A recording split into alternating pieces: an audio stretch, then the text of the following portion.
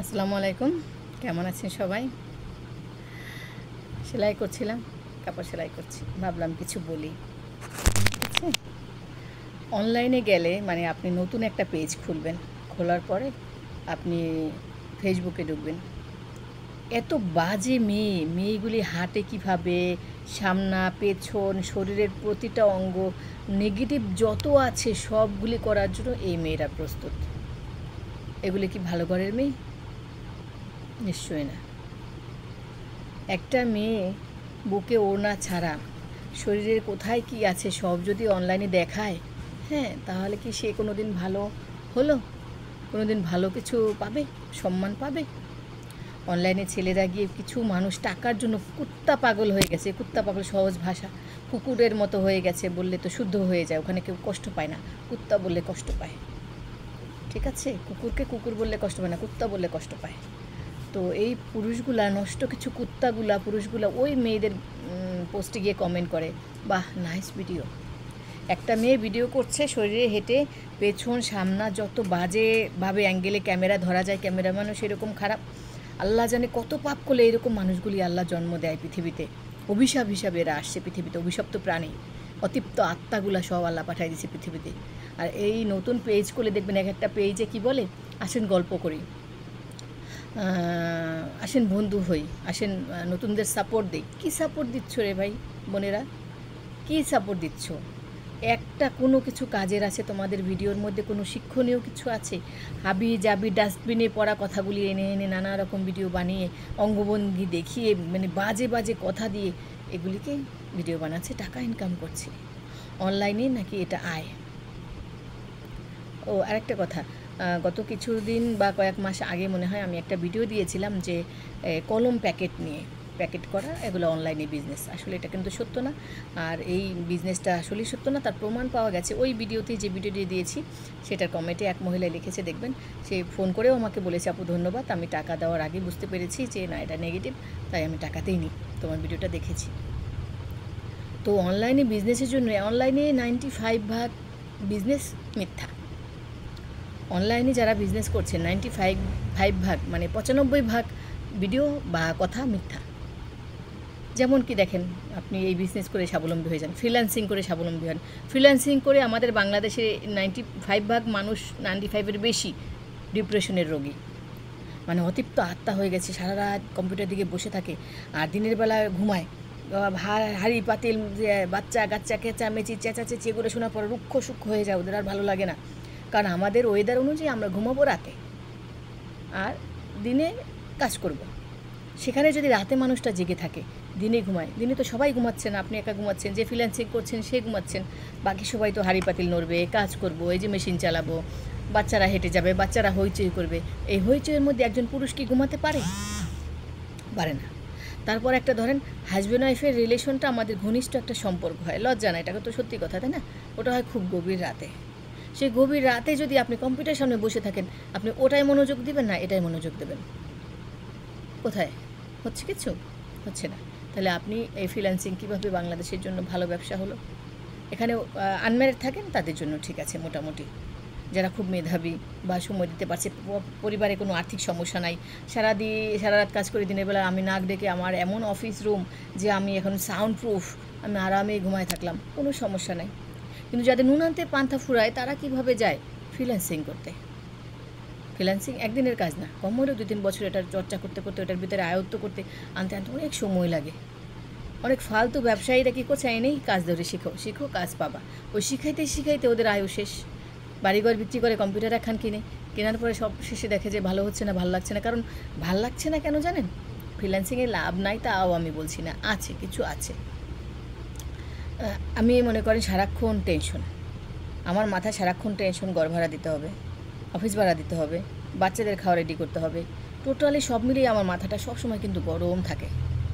সেখানে কেউ এসে যদি একটা হাসির কথা বলে আমার হাসি লাগে না, আমি তাকায় থাকি, কী বলছে। কেউ যদি এসে বলে আপা মুখের না বাচ্চা হয়েছে, বলে ও আচ্ছা ঠিক আছে।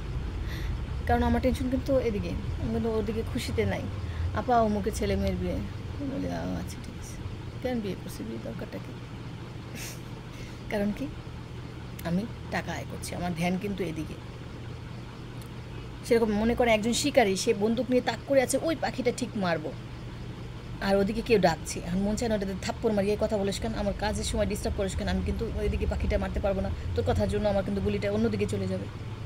ঠিক আমাদের গুলিটাও ঠিক বন্দুক তাক করে আছি, টাকা আয় হবে, সংসার চলবে, আমার ভালো থাকবো আমি। সেখানে কেউ যদি এসে একটা রং তামাশা করে দেন, পরে একদম থপড়ে মেরালাম, রাগ ওঠে, তখন মস্করা শোনা কেউ উল্টাপাল্টা করবো, একদম মাইতে চুপ থাকবে। আমি কিন্তু ওখানে খারাপ হয়ে গেলাম, ওদের কাছে নেগেটিভ ভিলেন হয়ে গেলাম। মানুষ বললো, ও মা একটু ভালো কথা বলছে, সে ঢং দেখায়, কী কাজ করে, ব্যবসা করে, ঢং না। সেরকম একজন ফ্রিল্যান্সারের টার্গেট থাকে যে আমি সারা রাতে এই কাজগুলো যদি করব, এটা করে জমা দিতে পারলে আমার এই টাকাটা আসবে।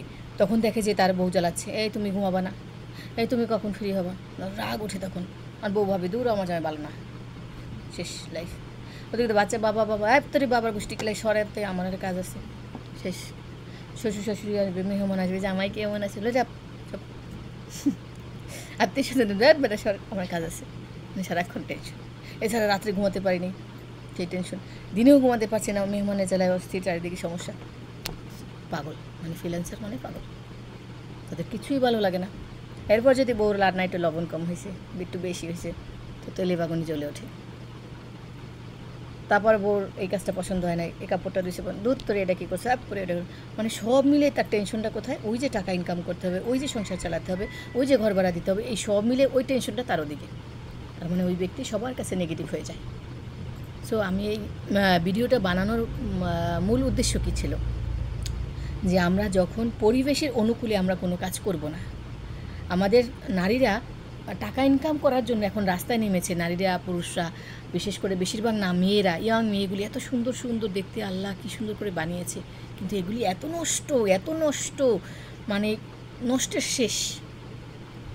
মানুষ আগে শুনতাম নষ্টামি করে মানুষ গোপনে, এখন ওরা খোলাখুলি, ওরা ভিডিও দেখিয়ে, মানে এরা যে কোন পাপের ঘরে জন্মেছে, মানে ভালো মানুষের ঘরে তো এগুলি জন্মায়নি।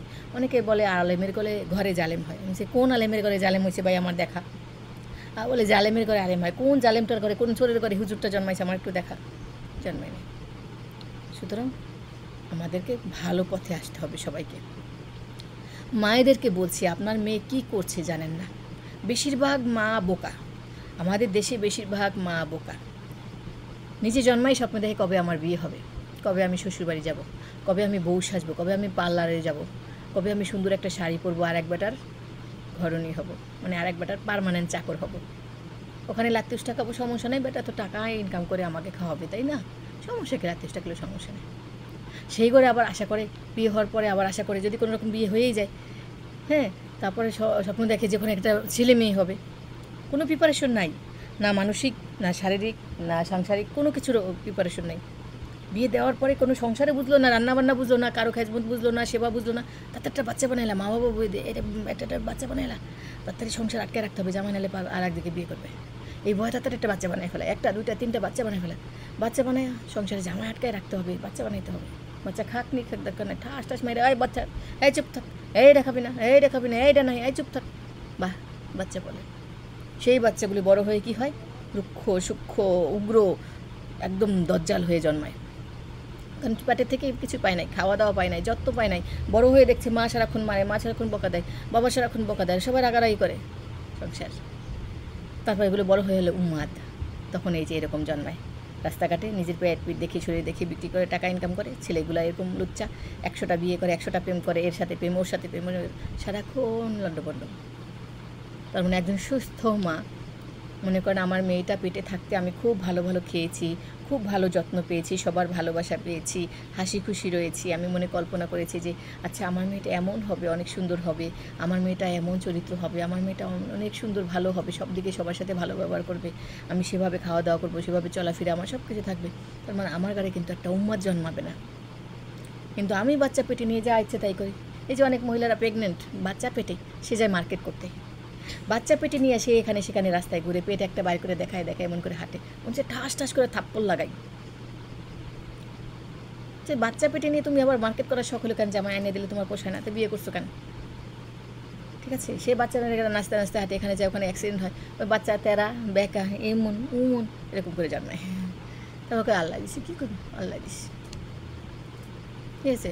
তারপরে বাচ্চা পেটে নিয়ে ইবাদত তো দূরের কথা, মানে ভালো কোনো কাজও করবে না, যা মন চায় তাই সবার সাথে ঝগড়া করবে, চিল্লাচিল্লি করবে, আমার বাচ্চা পেটে আমার মন ভালো নেই, বাহ সে মন ভালো নেই, খাওয়া দাওয়া ঠিক মতো না, এটা ভালো লাগে না, ওটা ভালো লাগে না, ওটা ভালো লাগে না, মানে এরকম অভিশপ্ত প্রাণী, মানে এটা হলো অভিশাপ নিয়ে জন্মায়। এই প্রাণীগুলির পেটে আবার অভিশপ্ত আর এক প্রাণী জন্মায়, 1 জন 2 জন 3 জন 5 জন করতে করতে পুরো পৃথিবী এখন ভরে গেছে সব অভিশপ্ত, সব চারিদিকে কী খাবো, কী নেবো, কাকে মারবো, কাকে ধরবো, কোনটা নেওয়া যায়, কোনটা খাওয়া যায়, কোনটা মানে কাউকে ঠকানো যায়, কারোর পালে ইটা মার, কারোর পালে চুরি কর, কারোর মালে ছিনতাই কর, কারোর মালে মানে খেয়ে বাঁচতে হবে আমাকে। এই একটা পেট নিয়ে পৃথিবীতে জন্ম, একটা পাপি পেট, এই পাপি পেট নিয়ে জন্মানোর কারণে সব পৃথিবী এখন ধ্বংস, ভালো মানুষ খুঁজেও পাবেন না, রাস্তায় আপনি মরে পড়ে থাকেন, সহজে কেউ আসবে না দেখতে, ঝামেলা।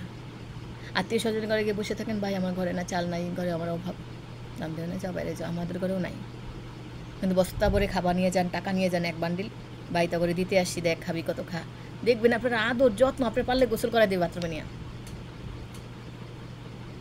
তার মানে এই আমাদের দেশ, এই আমাদের সমাজ, এই আমাদের এখানে আমরা কিভাবে টাকা ইনকাম করার জন্য নিজেকে বিলিয়ে দেই, নিজের নগ্ন ছবিগুলি দিয়ে দেই, নিজের যেভাবে খুশি নিজেকে বিলিয়ে দেই অনলাইনে, যে আমাকে সবাই দেখুক। বেশিরভাগ মেয়েরা বুকের এখান থেকে ছবি তোলে, বডির এখান থেকে ছবি তোলে, মানে যা তা অবস্থা, মানে পেছন সামনা সব এই টাকা ইনকাম করে। অনেক কলেজের মেয়েরা, বিশেষ করে কলেজের মেয়েরা, স্কুলের মেয়েগুলা যা খুশি করে, মা বাপ জানেই না। এখান থেকে কয়েকজন সেদিন যাচ্ছে, মা স্কুলে নিয়ে যায়, মেয়ে 9-এ পড়ে, বাবা কী করে, বাবাকে টেইলারি করতো, এখন ছেড়ে দিয়েছে, ভালো লাগে না তার, সে বিদেশ যাবে, শ্বশুর শাশুড়িকে বলেছে অনেকগুলো টাকা এনে দাও, আমি বিদেশ যেয়ে টাকা ইনকাম করবো। থাপ্পড় দিতে ইচ্ছা করে, ইস আমার মন চায় আমি ইচ্ছা মতো ধরে থাবড়াই। দেখেন আমরা মহিলারা এসে বসে টেইলারি করতে পারছি, আরও বেটা মানুষ পারে না, ছেড়ে দিয়েছি। শ্বশুর শাশুড়ি টাকা ইনকাম করে জমা করে রাখছে, ওর বাবার কথাই মনে হয়, সেগুলি এনে দিবে, অন বিদেশ যাবে, বুঝছি। তো এখান থেকে সেখান থেকে ধার কর্য করে কোনো রকম করে সংসার চলছে। মেয়ে 1খানা বানিয়েছে, সেই মেয়ে 1খানা নিয়ে মা প্রতিদিন সকাল স্কুলে যায় আসে। কী করবেন এই মেয়ে বড় করে বিয়ে দেবো, বিয়ে দিয়ে কী হবে, সংসার হবে, বাচ্চা হবে, সেগুলি কে পালবে, আমিই পালবো। মানে একটা ব্যবসা, একটা গাছ লাগানোর মতো, গাছ লাগালাম, গাছে ফল ধরলো, আবার ওই ফলের বিচি দিয়ে আবার নতুন করে গাছ লাগালাম, ব্যবসা। মানে এই মহিলার একটু টেনশন নাই যে আমার মেয়েটাকে আমি কিছু কাজ শেখাই, আমি বললাম যে আপা কাজ শেখান, দুপুরও আমার মেয়েরই পারতো না। তাহলে তোমার মেয়ে আর এক বাটার গোলাম হয়ে আর এক বাটার বাসায় চাকরামি করবে, তখন ঠিক আছে, সবার সেবা করবে, তখন ঠিক আছে, ওই ঘরে গিয়ে যদি সংসারটা না টেকে তখন রাস্তায় কাঁদবে, তা ঠিক আছে, কিন্তু কাজ শিখাইতে গেলে তোমার আপত্তি, কাজ করবে না। তাহলে ওখানে গিয়ে কি তারা পুতুলের মতো তোমার মেয়েকে সাজিয়ে খাওয়াবে, কাজ করতে হবে না তখন? এখন তো একজনের করবে, তখন তো 10 জনের কাজ করবে, সবার সেবা করতে হবে। যদি একটু 19-20 হয়ে সাথে সাথে গালি, শাশুড়ির মায়ের, জামাইয়ের মায়ের, অমুক তমুক নানাভাবে। এখন বলে আমার মেয়েকে ভালো জায়গায় বিয়ে দেবো, তুমি ভালো জায়গায় জামাইকে অর্ডার দিয়ে বানিয়েছো, জামাই অর্ডার দিয়ে বানানো, বাড়ি গাড়ি সব আছে, ওকে ডান বিয়ে। আমার মেয়েকে কোনো দিন কষ্ট দেবে না, ওকে ডান বিয়ে, সব কিছুতে ডান করলাম, ওকে বিয়ে, ফর্ম ফিল আপ করলাম, ঠিক আছে, আমার মেয়ে সব সুখে থাকবে, আমার মেয়ে কোনো দিন কোনো বিপদ হবে না, কোনো দিন কোনো অ্যাক্সিডেন্ট হবে না, কোনো দিন কোনো অসুখ হবে না, আমার জামাই কোনো দিন মরতে পারবে না, আমার জামাই সারা জীবন সুখে থাকবে, সারা জীবন আমার মেয়েকে সুখে রাখবে, কোনো দিন আমার জামারই কোনো অসুস্থ হতে পারে না, জামাই মরতেও পারবে না, জামাই কোনো অ্যাক্সিডেন্ট হতে পারে না, সব দিক থেকে আমার মেয়ে পারফেক্ট থাকবে। ওকে সাইন করলে মেয়ে বিয়ে দিয়ে দেন। প্রতিটা মানুষ চায়, প্রতিটা মেয়ে চায় যে আমার সংসারটা সুন্দর হবে। কজন মেয়ে পায়? এখন বললেন যে অমুকের মেয়ে পেয়েছে, তা না পাইছে, তাতে কি আমার মেয়ে পাবে? কারণ আপনার মেয়েকে আল্লাহ স্পেশালভাবে বানিয়েছে, অন্য কোনো সফটওয়্যারে বানিয়েছে, দামি সফটওয়্যারে, যে একে যত্ন করে রাখবে। আপনি এমন কি ভালো কাজ করেছেন যে আপনাকে স্পেশালভাবে, আল্লাহর বান্দা তো সবাই সমান, ঠিক আছে? তাহলে আপনি কীভাবে বুঝলেন যে আপনার মেয়েটা সেফে থাকবে, আপনার মেয়েটাকে কেউ কিছু বলবে না? অনেক মহিলারা আছে নিজের চেহারা যাতো না, কিন্তু নিজেরা অনেক সুন্দরী ভাবে, তার স্বামী তাকে খালি ভালোবাসবে, স্বামীর সাথে সারাক্ষণ গড়াগড়ি করলে কি স্বামী ভালোবাসে? যখন দেখে একদম মেয়াদ শেষ আর স্বামী উষ্টো আমারে খালি, তখন আপা একটা কাজ শেখান। কেন আগে বলছিলাম, মানে আগে তো বুঝি নাই, এখন বুঝে, সময় পেয়েছে, সুযোগ পেয়েছে, হাজবেন্ডও বলেছে কিছু একটা করো, ভাল লাগে না, তার ভাল লাগে না। এই ভাল লাগে না অসুখকে প্রাধান্য দিয়ে সে এখন বুড়োকালে আসছে, চোখ নাই কান নাই, ভাল লাগে না, সেই কাজ শিখতে। এই ভাল লাগে না মানুষটার কীভাবে এটা ভালো লাগাবো, সে এটা কীভাবে ভাল লাগবে, এই মেশিনটা তার ভাল লাগবে কীভাবে, এই কাপড়টা তার ভাল লাগবে কীভাবে, কাজটা তার ভাল লাগবে কীভাবে? সে সারাক্ষণ টেনশন, জামাই